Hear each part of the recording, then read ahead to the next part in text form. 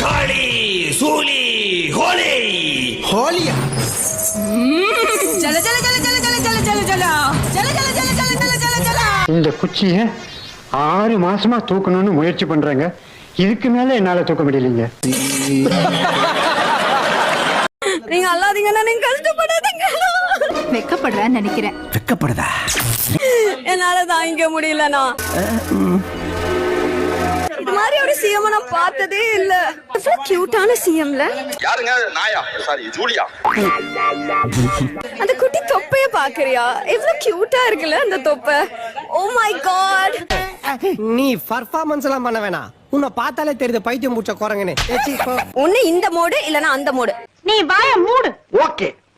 உங்க அண்ணனுக்கு துதி பாடிக்கும். உங்க அண்ணன் கியூட்டா இருக்கிறாரு. உங்க அண்ணன் வந்து நல்லவர் வல்லவர். நீங்க என்ன வேணாலும் சொல்லிக்கோங்கப்பா. எனக்கு பிரச்சனையே இல்ல. நீங்க எவ்வளவோ சொல்லிக்கோங்க. வந்து சம்பந்தம் இல்லாம நம்ம கிட்ட பேசிக்கிட்டு இருக்கான். இந்த டீ கிளாஸை எரிஞ்சு அவன் மண்டை உடைக்கிறேன். ஆமா, உன்னை எந்த கேஸ்ல தூக்கி உள்ள போட்டாங்க? திருட்டு கேஸா, கெஞ்சா கேஸா, கள்ள தொடர்பா?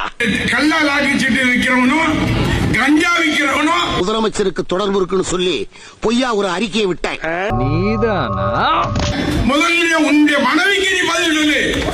ஆதாரத்தை காட்டுன்னு சொல்லி இங்க கொண்டு உள்ள போட்டான். ஒண்ணும் பண்ண மாட்டானா? கார்ல எடுத்துன்னு போவாங்க. டெல்லியில இருந்து ஆள் வந்துகிட்டு இருக்கு. இவர் பிளாட்ஃபார்ம் வக்கீல் தானே?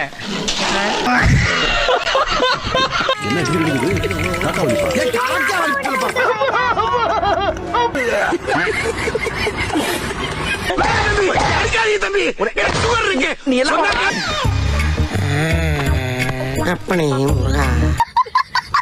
காவல்துறை அதிகாரிகள் வந்து மேல இருந்து சொல்லி நீ உடனே எம்எல்ஏ பதவியை ராஜினாமா பண்ணிட்டு தாவாக்கல சாருன்னு சொல்லி என்னை கட்டாயப்படுத்துவாங்க.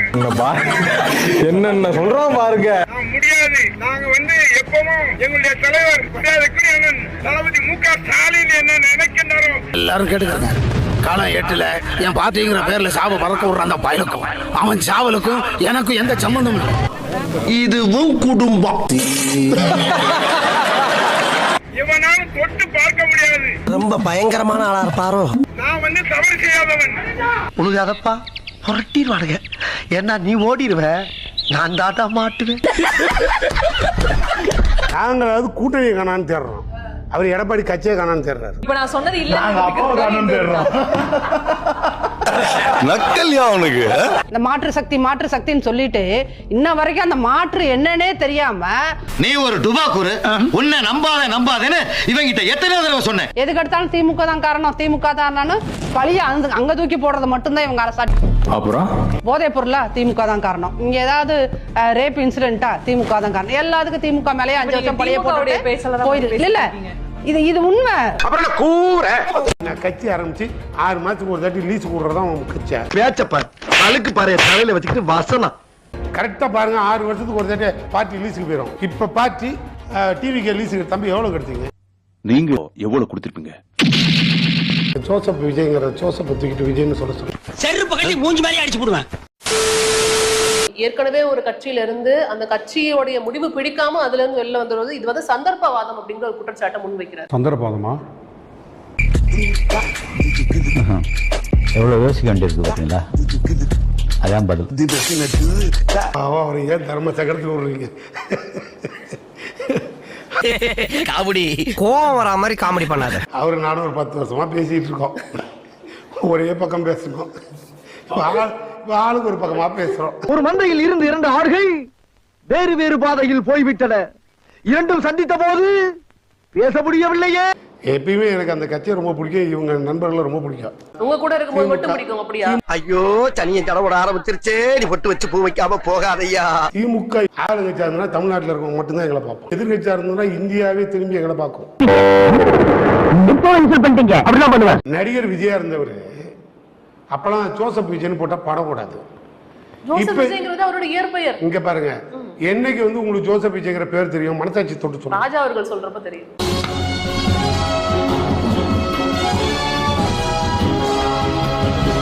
எங்க எச் ராஜா அவர்கள் சொன்னப்ப தெரியுது இல்லைங்க. அப்புறம் எங்க போனாரு ஜோசப்? இப்ப எப்படி உள்ள வந்தார்? ஓட்டு வாங்குறதுக்கு மட்டும் ஜோசப்பா? செல்லாது நீ சொல்றதெல்லாம் ஏத்துக்க முடியாது. அவன் இந்தி வெறியில சுத்துறான், நீங்க எந்த வெறியில சுத்துனீங்க? அன்னைக்கு வெறும் விஜயா வெளில வந்தீங்க படத்துக்கு, எல்லா மதத்துக்காரனும் படம் பார்த்தான். இன்னைக்கு அரசியலுக்கு வந்தவங்க ஜோசப் விஜயா மாறிட்டீங்க.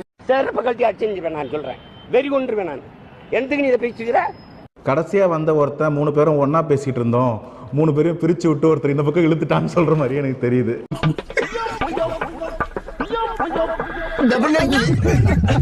அழகா வெள்ளை சட்டையில கம்பீரமா இருந்த எங்க அண்ணன் ஜென்சி மீட் போயிட்டு வர்றாருன்னு நினைக்கிறேன். அங்க பாருங்க சட்டை கலரை. யூத்னா அப்படித்தான் இருக்கும். யூத்னா அப்படித்தான் இருக்கும். யூத்தாமா இது பாருங்க அந்த மாற்றம் வந்திருக்கு இல்லையா, எவ்வளவு அழகா யூத்தா இருக்காரு பாருங்க எங்க அண்ணன். இப்ப நான் சொல்றேன், ஒரு மாணவரணி போராட்டம் பண்ணணும்னு சொன்னா எங்க அண்ணன் சூரிய அண்ணன் போய் உட்காரலாம். ஏய், என்னைய வச்சு ஒன்னும் காமெடி கிமெடி பண்ணலையே.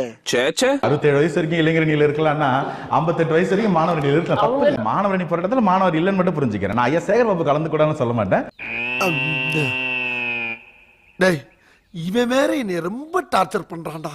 மாணவர்களை கைது பண்றான்னா நிர்வாகிகளை பிடிச்சிட்டு போயிட்டாங்க. மாணவர் இருந்தாலும் அரெஸ்ட் பண்ணிருப்பாங்களே, மாணவரே காணுமே.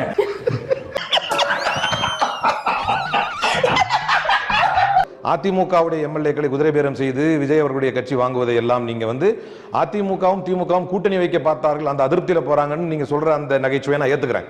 வச்சுக்கங்க. நான் வச்சுக்கிறது நான் சொல்றது நீ கேளுடா. வைகோ போர்வால், திமுகவின் போர்வால், திமுகவுக்கு டஃப் கொடுத்தவர், பாதி திமுக வெட்டி எடுத்துன்னு போனவர். ரொம்ப பயங்கரமான ஆளா இருப்பாரோ. வைகோ அண்ணன் கிட்ட 4 சீட்டு கொடுக்குறீங்க, உங்க சின்னத்துல நிக்க சொல்லி நிர்பந்திக்கிறீங்க. முதல்ல அதுவே நியாயமா? நீங்கள் செய்தது நியாயமா? திரு சூரியவட்டகுணம் அவர்கள் நடுப்புற குறுக்கிட நினைச்சீங்க, முடிச்சிட்டு நான் உங்ககிட்ட வரேன் சார். குறுக்கிடலாம் நினைக்கல, என்கிட்ட கேள்வியே கேட்கல. இல்ல நான் இங்க வந்துட்டு அப்ப நான் இவர்கிட்டே போயிடுறேன். அவங்க அசிங்கப்பட்டான் ஆட்டோக்காரன். இன்றைக்கு எங்க கட்சியோட தொலைநோக்கு திட்டத்திற்காக நாங்கள் ஒரு எடுத்த முடிவை தாங்கிக் கொள்ள முடியாம எவ்வளவு எங்களை டேமேஜ் பண்றாங்க பாருங்க.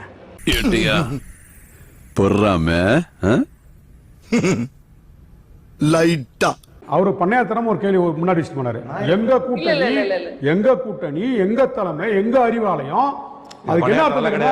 அதுக்கு என்ன பதில் இல்லைன்னா இந்த மாதிரி கேளுங்க. பண்ணையார்த்தனங்கிறது தேவையான குற்றச்சாட்டுங்க, அது அருவருப்பான குற்றச்சாட்டுங்க. இப்படியே பேசிக்கிட்டே இருந்தா என்ன அர்த்தம்? எது பெருசுன்னு அடிச்சு காட்டு.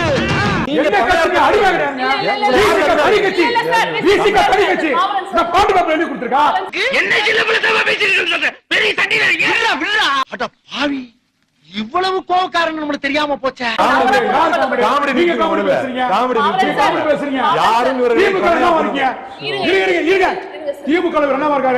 மீண்டும் மீண்டும் சொல்வோம், நாங்கள் கொத்தடிமைகள் தான். இது கொத்தடிமை கூட்டம் தான். கட்சியில 2ஆம் கட்ட தலைவர்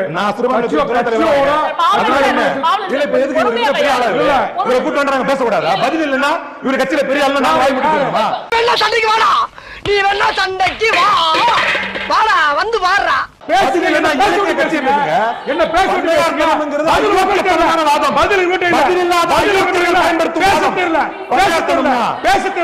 பைத்தியக்காரத்தமா பேசிட்டே கூடாது. நானும் பார்த்துட்டு இருக்கேன், பைத்தியம் மாதிரி பேசிட்டு இருக்கீங்க. லிட்டரலி ஃபூல் மாதிரி பேசுறீங்க. வைத்த வலி, வைத்தறிச்சல், வைத்த வலி, வைத்தறிச்சல். பதில் இல்ல என்றாரு. ஒன் டு ஒன் வைக்கிறீங்களா? ஒன் டு ஒன் வைங்க. லூஸ் மாதிரி பண்ணாதடா, லூஸ் மாதிரி பண்ணாதடா, சாவடிச்சிடடா.